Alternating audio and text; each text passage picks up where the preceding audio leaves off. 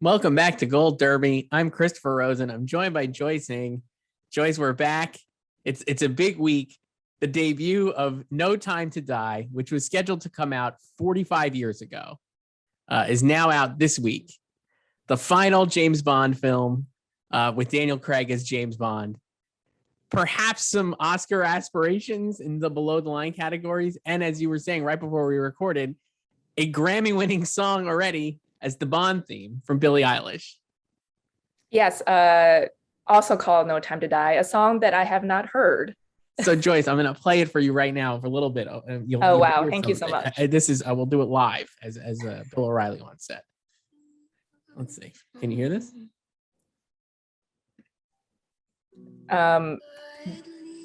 Yes. It's a lot like this. And then she's like, no time to die. I mean, that sounds like a Billie Eilish song. So it does. So there's a potential right there, right off the bat, an Oscar nomination for Billie Eilish, perhaps. I mean, that's what they were going for last year when they had her perform, at the ceremony in 2020 before, all this went down. Yes. And we never saw each other again. So that was after her Grammy sweep. She does have a new album this year, so she could go on this whole adventure again. And if it's nominated, she'll perform that. She could be up against Beyonce. It's shaping up to already be a great original song year because you have that. You've got, like you said, Beyonce for King Richard. There's original songs from Cyrano, which the trailer was just released this morning. You kind of heard a taste of it from the guys from The National. It's a fun. There's a Dear Evan Hansen song. There's a potential, I'm sure there's they'll find some original song from In the Heights. I don't even remember. I think they added a new one maybe. So I feel like there's plenty of options. Maybe there's a new, who knows? Is there a new song in West Side Story? We'll never know. We will eventually. We don't know now. Sure. And then I think, is it Tick Tick Boom too or no? I don't know. Tick Tick Boom. But those are, so there are potential original songs. And there's one from Respect too, right? Like with J-Hud? Yeah. Okay. So all of those really good contenders potentially, especially after last year, which I got to be honest, I'm drawing a blank off the top of my head. How dare you forget about Husavik? But Husavik that was our baby. I know it didn't win, but it should have won. It definitely should have won.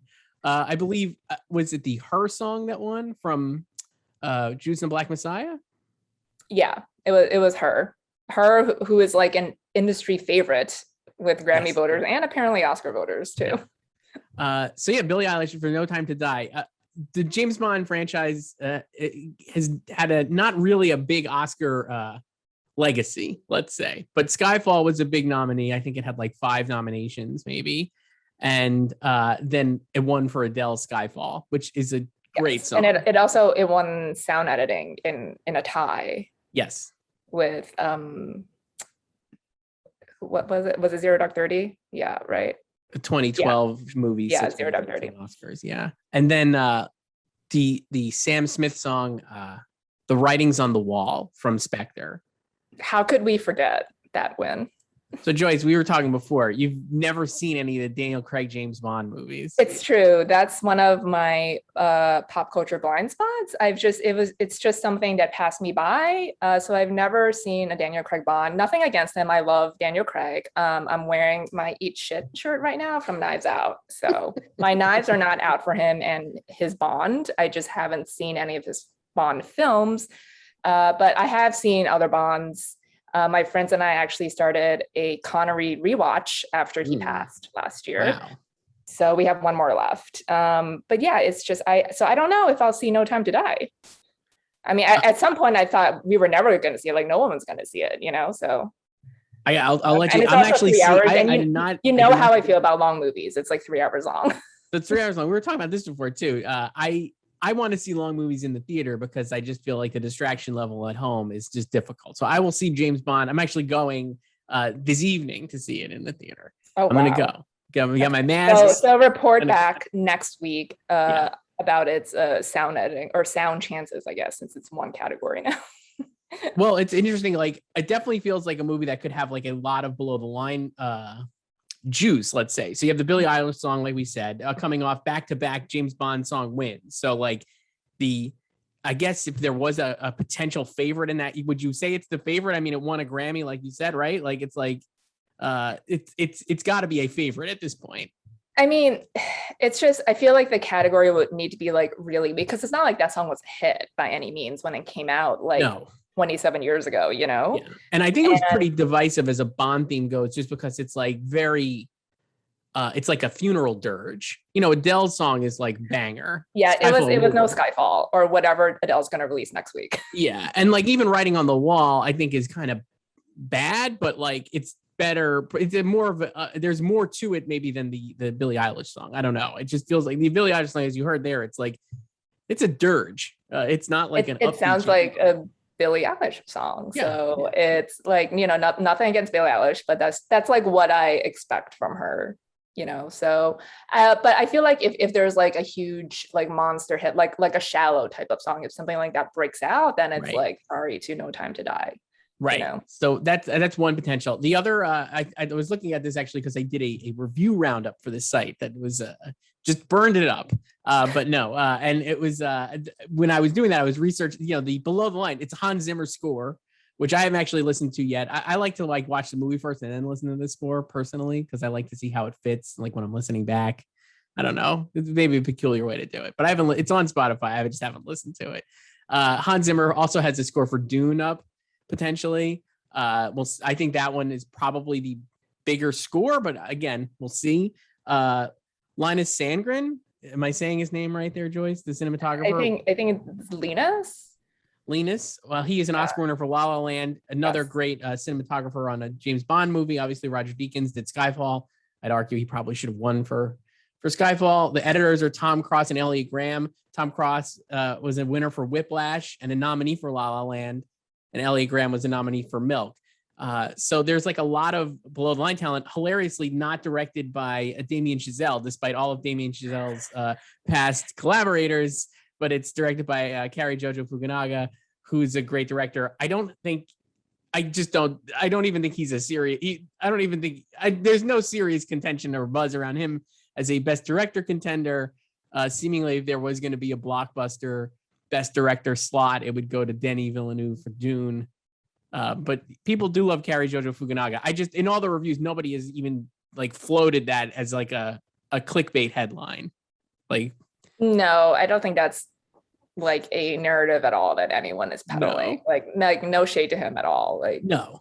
But right there, if all of those, I could see all of those other ones, honestly, though, a potential at least. I mean, editing would be tough because like you're going to have like best picture contenders in there, but like it is a big action movie. And while it is 2.5 hours or 2 hours and 45 minutes, I'm going to assume it's like very well, there's a lot of choreography or whatever. And, obviously the sound, like you mentioned, as a possibility, score, the song, it could get like 3 or 4 nominations, I'd say. I don't know. I mean, I just don't, I guess the thing with the Bond, and I was like, what do you think about this? Like, is the Daniel Craig, as someone who's never seen them, is the Daniel Craig Bond farewell something that like people are really like?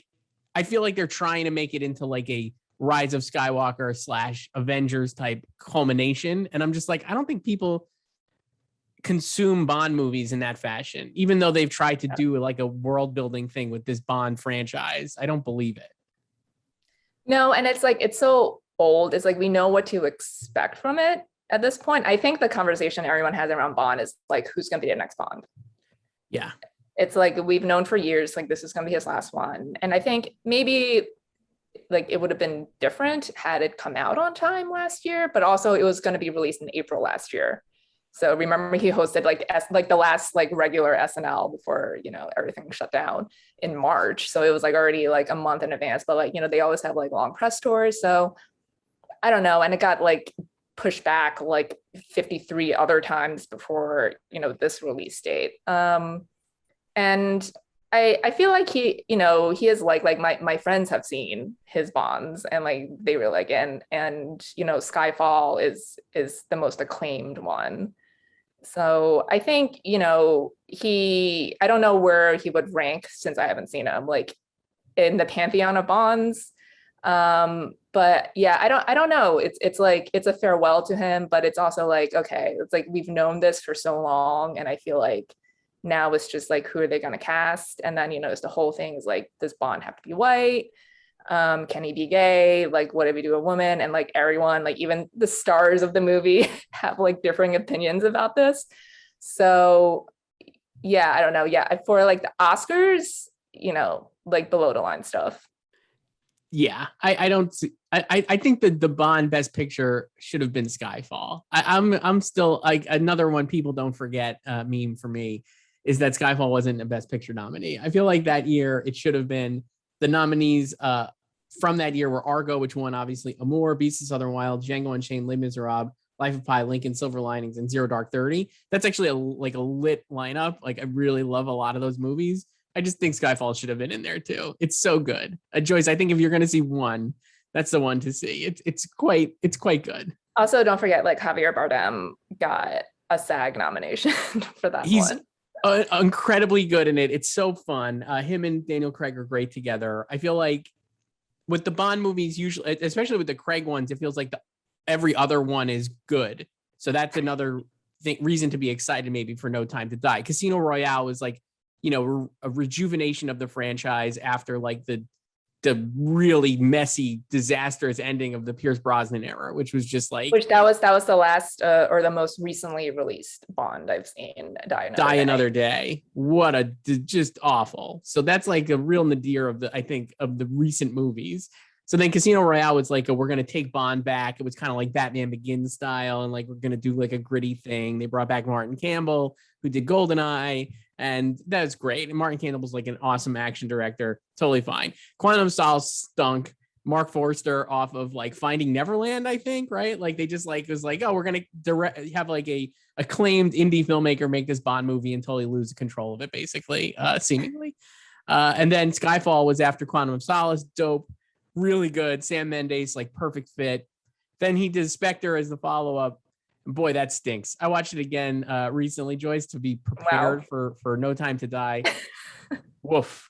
Really rough. And I think that was the one afterwards. Daniel Craig was like, I'd rather like slit my own wrist than do another one of these. So he must have really enjoyed the production. Yeah, like it's been a long journey with like what was going to be his last movie. Yeah. And then this one was supposed to be directed by Danny Boyle.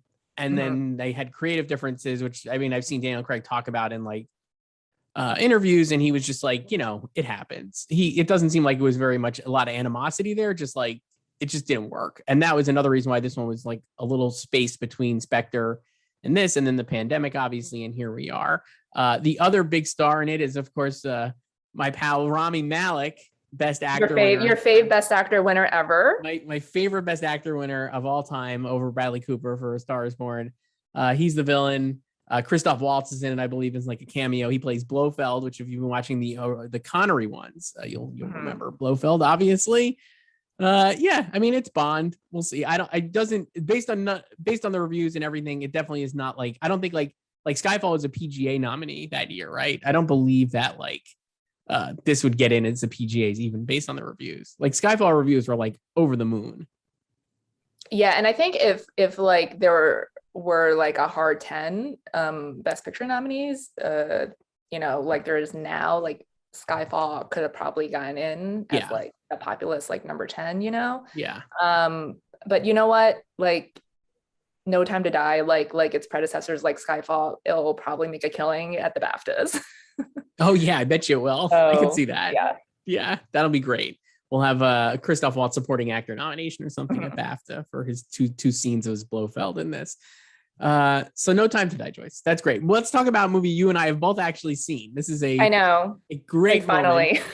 We've done it. We found one. Mass. You finally watched Mass. Yes. I finally watched Mass, which is also coming out this Friday. It's going to destroy No Time to Die at the box office, obviously. Big box office hopes for Mass. Yeah, big hit incoming. So it's going to save cinema. Yeah, I really liked it. I know you did too. It was your favorite from Sundance, right? It was my favorite from Sundance that I watched at Sundance, but then I have watched Coda since, and I loved Coda more. But I think Mass is really great. I was weeping watching it. I had like wow. So like I don't like cry at like movies or TV shows. So I'm not a crier. I cried. Are you a crier? Oh yeah, every single thing I cry at. Oh my god. So the last time I cried watching, so I've only cried watching movies 2 times. The first was when Mufasa died in the original Lion King. Sure. And then in Stepmom, when Nice. Susan Sarandon tells Julia Roberts, I have their past and you have their future. Great. And then the last time I cried was watching TV when Dr. Green died on ER. Of course. Those are good. Those are good cry ones. I just so cried everything. It's been 19 years since I've cried. Wow. Watching something. So I cried at Mass, but I also thought Mass was beyond the emotional level. I just thought it was like just really well done. I was like, it's one of those movies. That's why I was like, I kind of don't want to overhype it because I think like it's just very small and like not a pejorative way. Like it's just a small movie and you're kind of like not exactly sure where it's going to go. I was like, you know, and it's basically just these two sets of grieving parents having a conversation the whole time. And incredible ensemble. It's the kind of ensemble work that I was like, I don't think it'll ever get a SAG nomination, but it actually should probably, right? Oh, like, no, like, I was thinking that the entire time. I was like, in a previous era, this would be a SAG nominee for ensemble, but I don't think so now. So the cast is Ann Dowd, Martha Plimpton, Jason Isaacs, and Reed Birney. All four have like very I think it's a very balanced group. I don't think like anybody kind of like, you know, has like nobody is a lead, I would argue. And I think while Martha Plimpton and Ann Dowd, I think have the more emotional moments, I think Jason Isaacs and Reed Birney are also great. And Jason Isaacs is like, so I think he's like, he was my favorite part, honestly, even ahead of Anne. But they're all great and they work so well together. I just was like, yeah, like, I'm like, I wish it was it won't happen because it just seems like there are other bigger movies and ensembles, but like, it is such a great ensemble. And I think if one of them was bad, the movie would just desperately not work. Like if somebody in there was like not a great actor and if they didn't work as well together as they do, I just don't see how it even exists. Like I can't imagine it. Oh yeah, no, because it's like 90 minutes of them just talking in one room and you might think it sounds boring, but like I did not find it boring at all. Like I was like riveted and I didn't find it hard to watch either. Like I know that might be like a barrier to some people when they just read the synopsis in a way, but I'm also like a bad person to gauge this stuff on because I don't really find this type of stuff like difficult to watch. Like I'm like happy to watch it, but I think like the way it deals with grief and trauma and the way it's written and performed, it felt like very natural. And like I also found like all the performances really balanced, which is also why I was just kind of like it's like, you know, like after Sundance, like everyone was just like and out like supporting actress. And, you know, like this entire time, I just kind of felt like it's something we just want to happen for her. Because listen, I love Ann Dowd. I would love for her to win an Oscar as well. So it kind of felt like to me that like she was like the best performance of the quartet. And then when I was watching it, I was like, they're all like, I slacked you. I was like, I like them all equally. Like, I think they're all great. And then it's like Martha Plimpton, I was like, wow, like why is no one talking about her? She's incredible in it. I think she's so good. I think when you mention the synopsis, just for people watching this, I don't even think this is a spoiler because it's the entire movie is like it's in the trailer. It's in the trailer. So Martha Plimpton and Jason Isaacs are a husband and wife, and their son was killed by the son of Reed Birney and Ann Dowd in a school shooting. And so they kind of meet up in this like grief process, in the process of it, you know, their grieving process to discuss what happened and their lives and how it like kind of very much affected both of their families. And it's just incredible stuff. It's also like a movie where you have empathy for both sets, right? Like I think if you hear that, you're going to be like, oh, like the Ann Dowd and Reed Birney side, you're going to be like against them because their son is a murderer, but you really don't. There's no allegiance, you know, you don't take a side really. And I think the movie doesn't take a side. It just kind of like, here's a thing that happened that was terrible and how do people move forward from that terrible moment. Martha Plimpton's incredible in it. I thought she's done so many great things, but I was like, I guess she's like, would you say she's like a surprise? I don't know. I was just like so impressed with her performance. I don't know if it's like a surprise, but it was just like, she just like really delivered. I guess. Yeah. I don't know. Like, yeah, it was like, I thought they were all great. And like, yeah, like Anne she has like the final like monologue, you know? So And like we were saying last week, or I was saying, like, I think if you have like a really good like opening to a movie and a really good or a really good ending, like that's what people remember. So maybe that it's just like her final like monologue staying with people. But like you said, like they all have like equal time like monologuing about like their characters' feelings and how they're processing everything, and like what like they're the guilt, you know, especially for like Reed and Anne's characters, like the guilt they felt like knowing and not knowing, or like if anything was like, you know, quote unquote wrong with their son, and like what would make him do this. So yeah, like it's very balanced. Like I don't think any one character is like favored. This is not like an argument about like screen time, like who has more. Like Jason and Martha like have a little bit more because they have like this whole thing with like flowers. It went on a little too long for me. So they have like a little bit more screen time, but it's like completely irrelevant. Yeah, I'll tell you this. I watched Mass at Sundance, which just means you watched everything on your computer, right? And like I had a link for it or whatever. And I knew it was about like a school shooting, right? Or whatever, like the aftermath of a school shooting. And the way the movie opens, I found like unbearably intense because I wasn't sure where it's set. Did you feel this way at all when you were watching it? I mean, you kind of like knew, like I knew, like, because I had like seen the trailer by then, so I was just like waiting for them to arrive. It does take, I don't know, maybe like 20 minutes for them to arrive. And like in the beginning, I was just like, oh God, like, is this going to be like, I wasn't sure where the mass shooting occurred. So I was like, am I going to have to sit through like a mass shooting here in the beginning? And then like move on to like the grieving process. And then it's like 6 years later. Right. I wasn't sure. And it was like very much stressing me out. So I was like, I didn't love that at the beginning. And I was kind of like this the whole time. I just don't want to, I don't need gratuitous violence at this point in my life. But there's no violence in it at all. There's none. It's nothing. It's just like them talking, which is fine. So Anne is like well ahead in supporting actress, according to like experts and users and everybody. Kirsten Dunst next, The Power of the Dog. Like we had mentioned, I think previously, Marley Matlin for Coda, Judi Dench for Belfast, and Anjanae Ellis for King Richard are like in the top half there, with like Ruth Negga kind of like inching her way up for Passing, which just screened at the New York Film Festival. I mean, like you said, is this a thing where we really want Anne Dowd to win an Oscar, or is it a real thing that could happen? I don't know at this point. I definitely think the first part is true. Like, there's something, especially in like the bubble we're in, like a lot of people just want her to win. And then, you know, she did have like raves and like a lot of hype coming out of Sundance. So she had a longer runway on like her potential rivals, you know? So I think it was like completely natural for people to like immediately slot her into predictions and just like not update in the past couple of weeks, you know? But yeah, like we were saying before, like the film is very small, and, you know, I think it might suffer from just like not being a top priority when people like see what it's about. Like they might just think like, I don't know if I want to watch this right now, or maybe they start watching it and they like stop and like don't pick it up again, you know? Mm-hmm.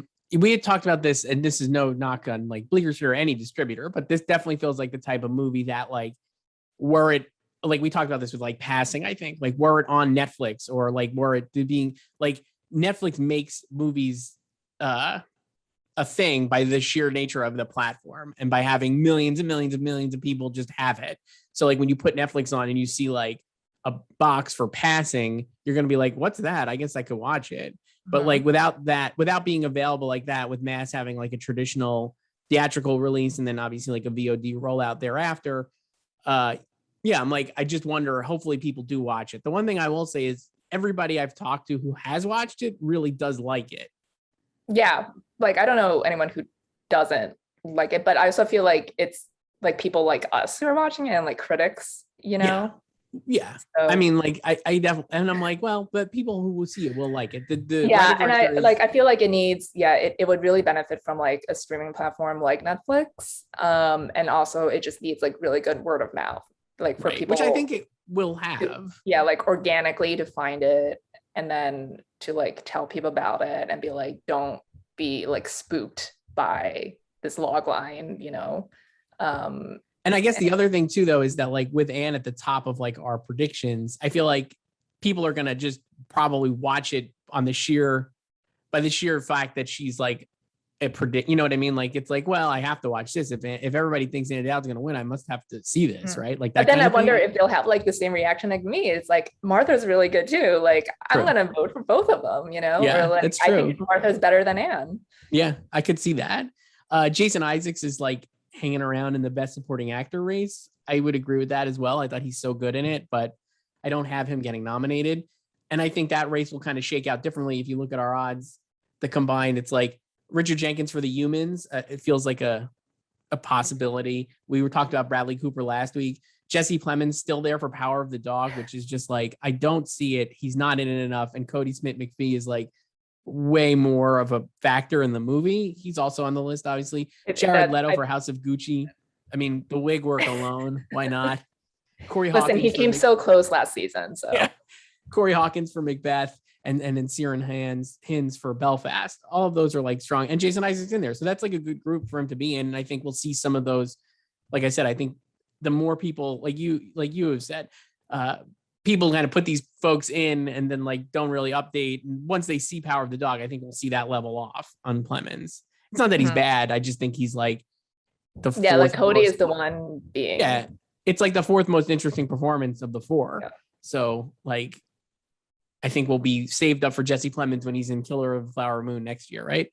I mean, just watch him like, maybe they just fall head over heels for Power of the Dog and he just gets like a coattail nomination. I mean, it would, what it would remind me of if he gets in, it would be like Lakeith Stanfield last year.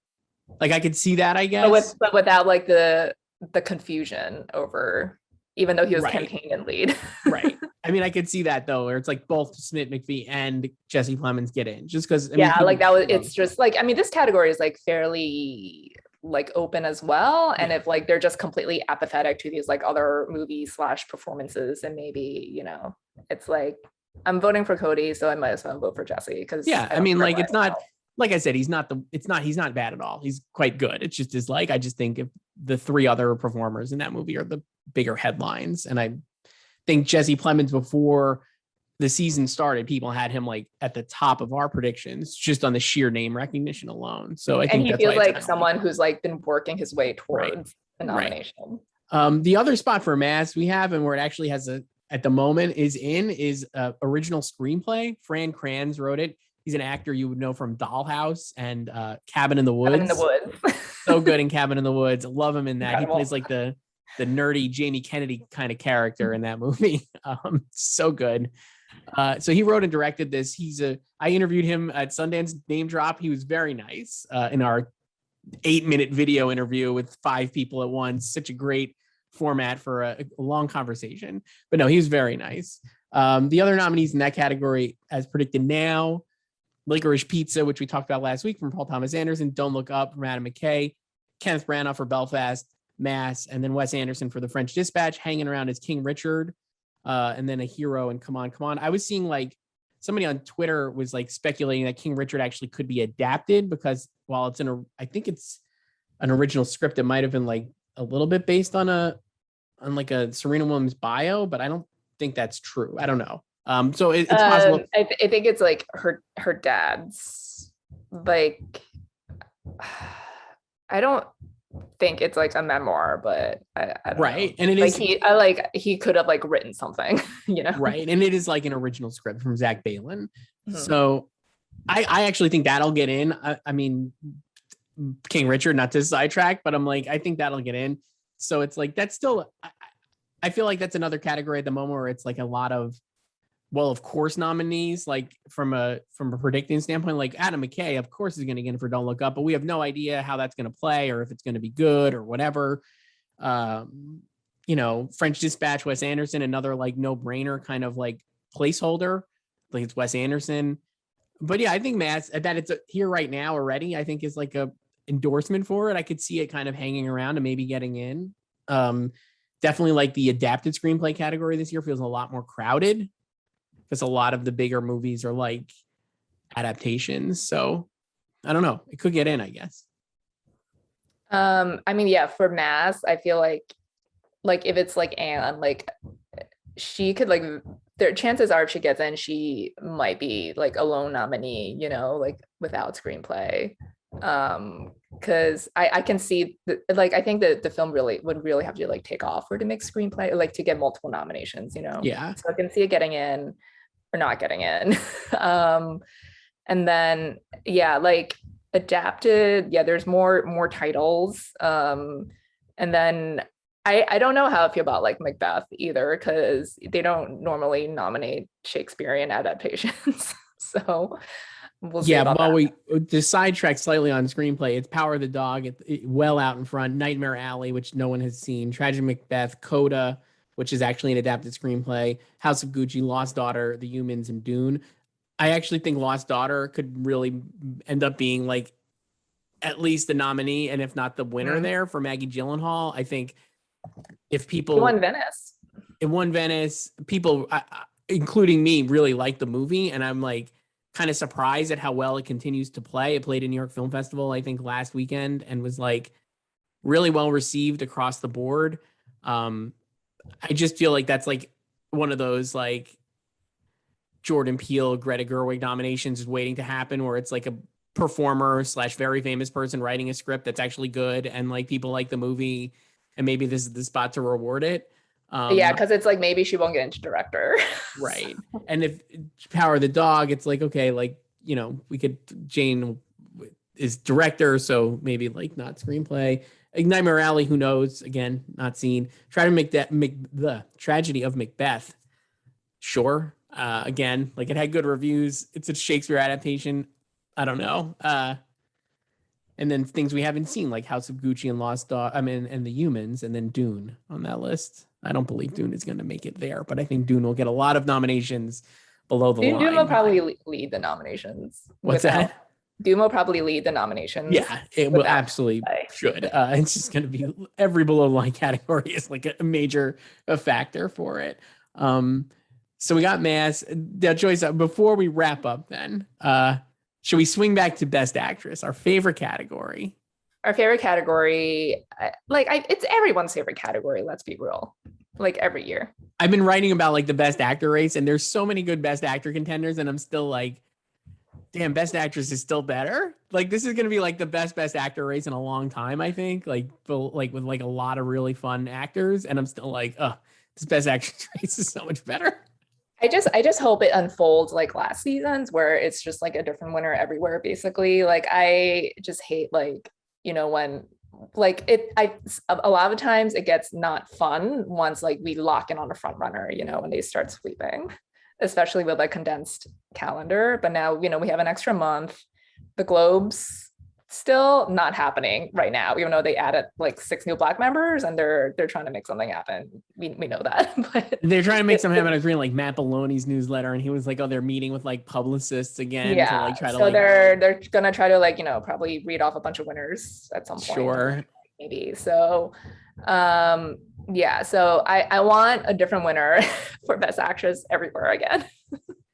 So the combined odds we've gone through, but Kristen Stewart just well out in front at this point for Spencer. She was on the receiving end of a lovely EW cover story this week and Profile to like launch her her campaign, I guess. Yeah, you know. And I think I have her.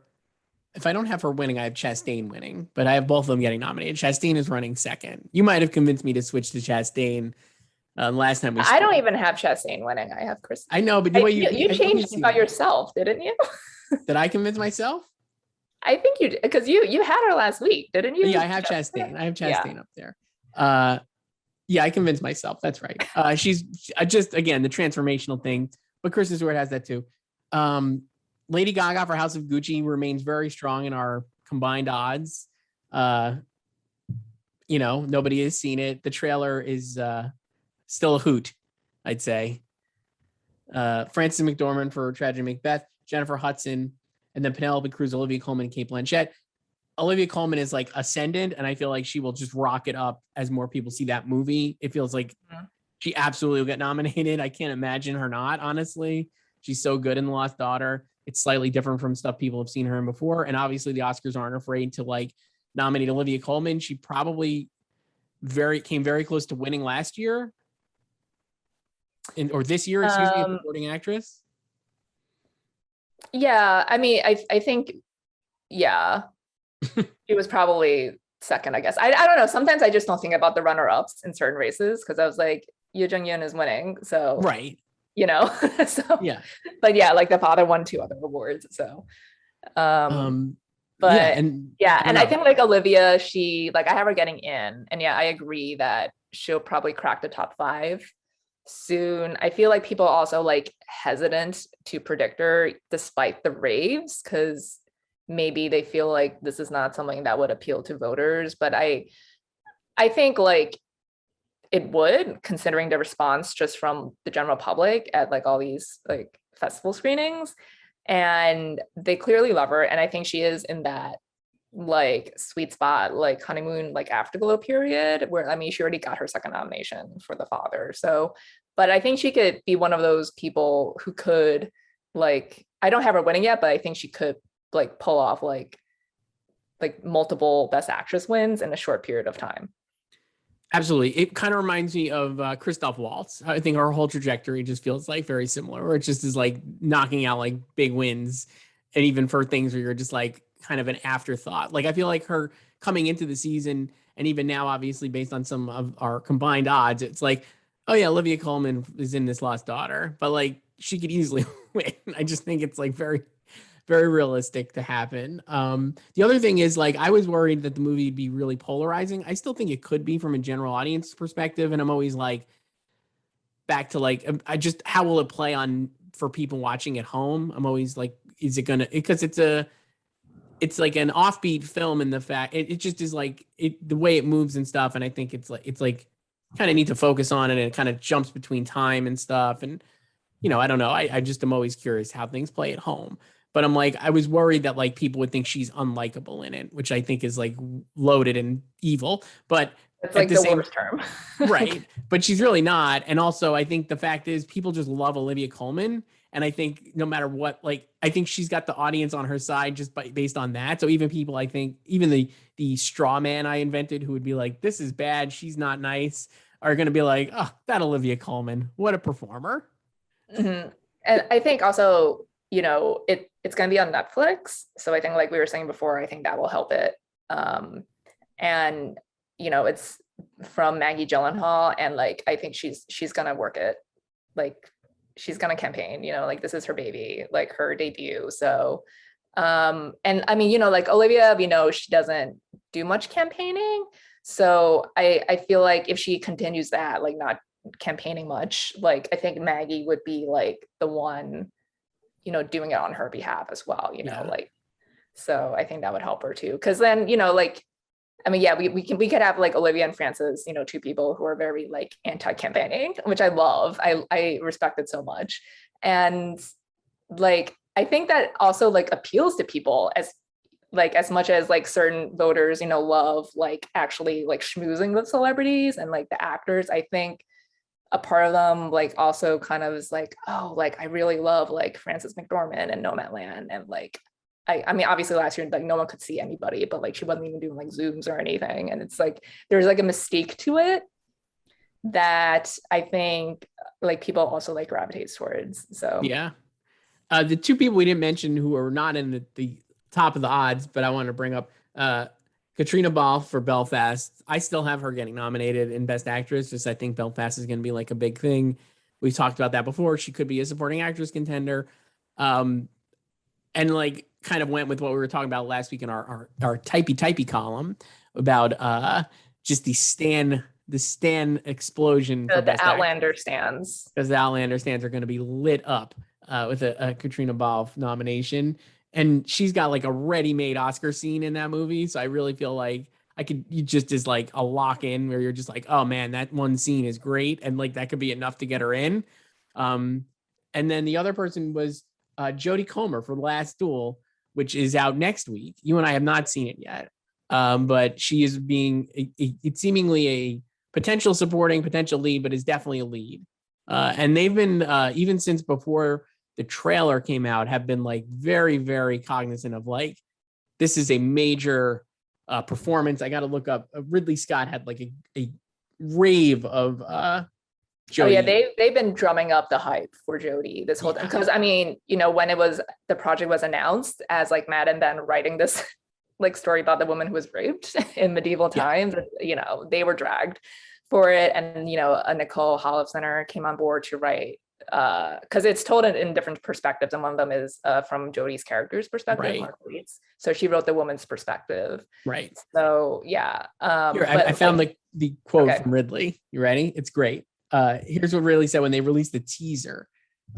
He's very excited about Matt and Ben and Nicole. And then he said, I had admired the show Killing Eve and had been looking for the opportunity to present Jodie Comer with a challenging role.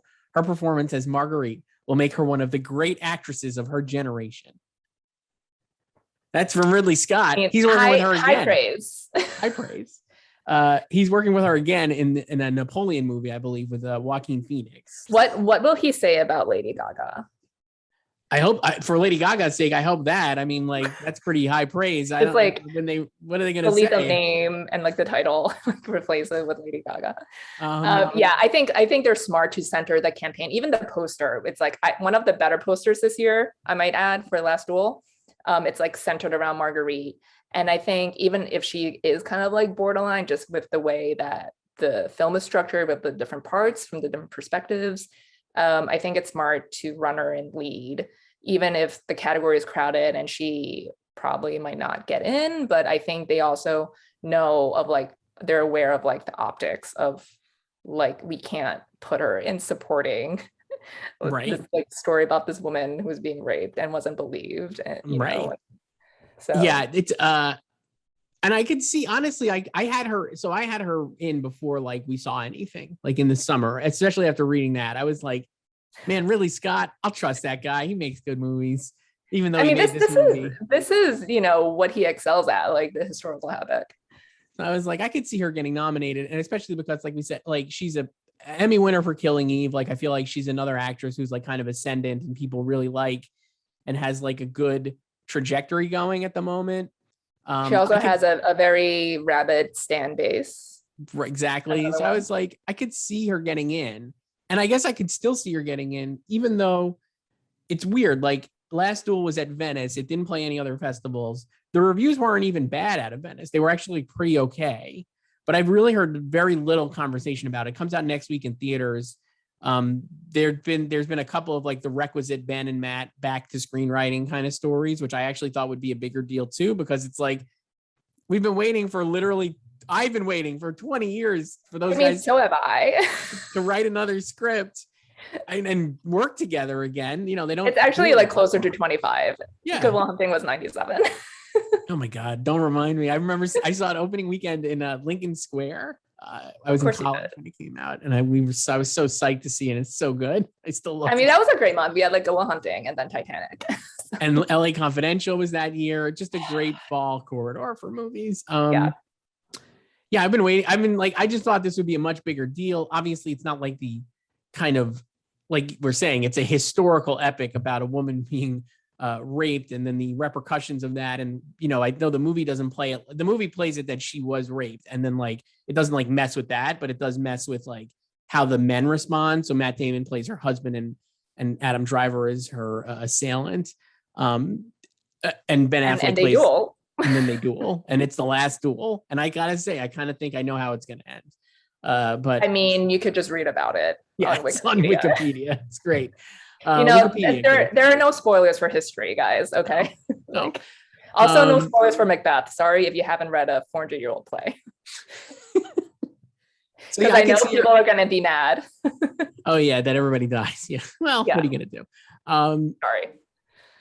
No, I was like, I could see her getting nominated, and I mean, who knows? Like, we look at that category now and it's like loaded, like we've been saying, but like, you know, does right now Cate Blanchett for Nightmare Alley, maybe that doesn't perform as well as people think. And Lady Gaga, House of Gucci, who knows? Everybody's got her getting nominated now, but that's kind of like, I think a little weighted in the fact that people like Lady Gaga and maybe more so on that. You never like Jennifer Hudson is still hanging in there for respect, but I don't know if that movie's going to be remembered. It came out in August, I think. And like, that's a long time ago already. You never know. And like, all of a sudden it could be like, oh, Jodie Comer in Last Duel is great. And maybe as more reviews come out, people do respond to it. And does she get like like we're saying, like a BAFTA nominee, you know what I mean? Like there's a world where I could see her kind of snowballing to a nomination as the season goes forward.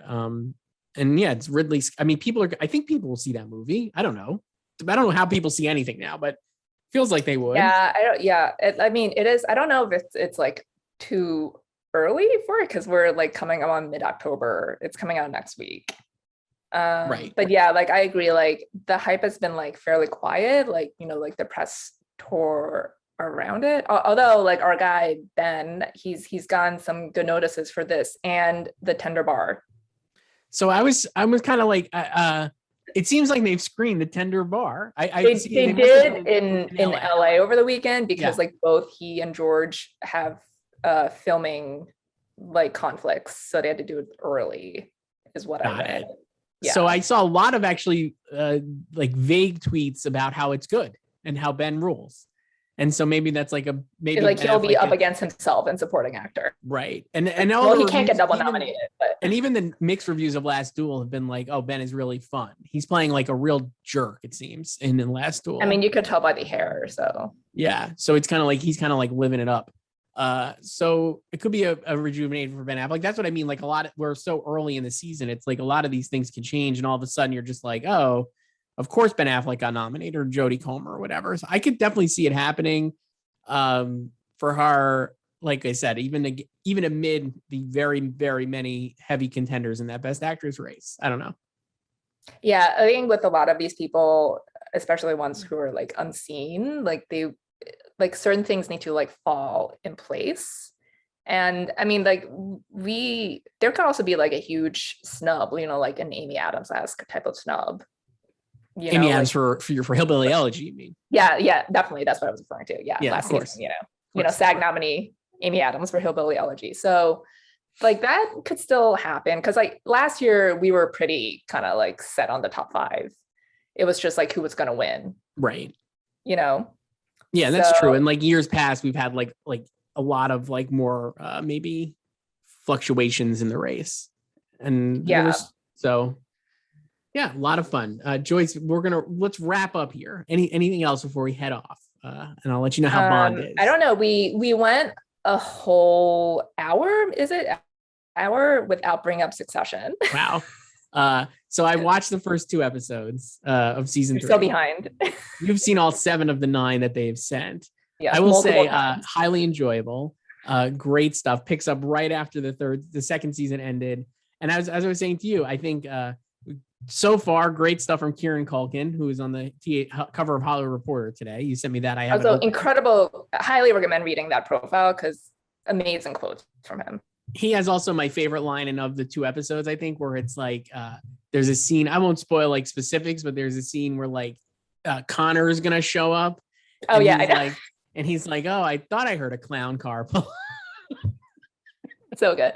And then he does some stuff with his fingers. This is not like in a sexual way, but like later in that, I would just say about that scene, when he delivers that line about the clown car, it takes place in Kendall's daughter's room. And I want that room so badly because it's great. Very great room. That was the other thing I will say again, no spoilers. I don't think this is a spoiler, and the review embargo is up. So I feel like it's fine to talk about it. We're free to spoil it now. Well, it's just, I mean, I think one of the interesting things is I think I would say that like last season, I think the show really leaned into like Kendall as like an anti-hero hero, right? Like it was like you were rooting for Kendall and he was knocked down at every turn. And like Jeremy Strong was so sympathetic, I think, as that character, even though you shouldn't feel like have sympathy for him, you really did. It was no wonder he won Best Actor at the Emmys. It was a great performance.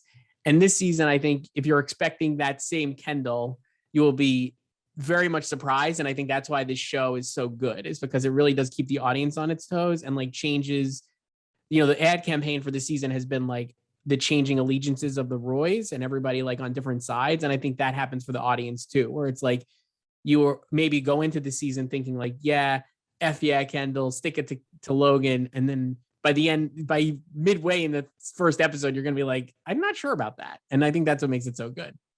Yeah. Like, I don't know. Like, I don't really have a preference. It's like, I'm never like anti or pro one person. Like I just love all of them, but like I was like telling you about the third episode, like that's a really great one because like Kendall, like slight spoiler, he like relishes in like watching his own downfall. Like he just loves like watching himself like being dragged. And then he does this like interview with like a reporter, and he's like so excited about it and like what she's gonna write about it. Like it's great. Like he just, and then I won't talk about the ending, but yeah. I'll keep watching it and keep watching the screeners, but those who have made it this far and are not like throwing their computers out a window because we're spoiling, in air quotes, Succession, you're in for a treat. All right, Joyce, let's wrap it up. We already spoiled Macbeth, so yeah, Macbeth, everybody dies. Last Duel, check it out on Wikipedia and in theaters next week. Joyce, have a good one. We'll talk to you next week. Bye.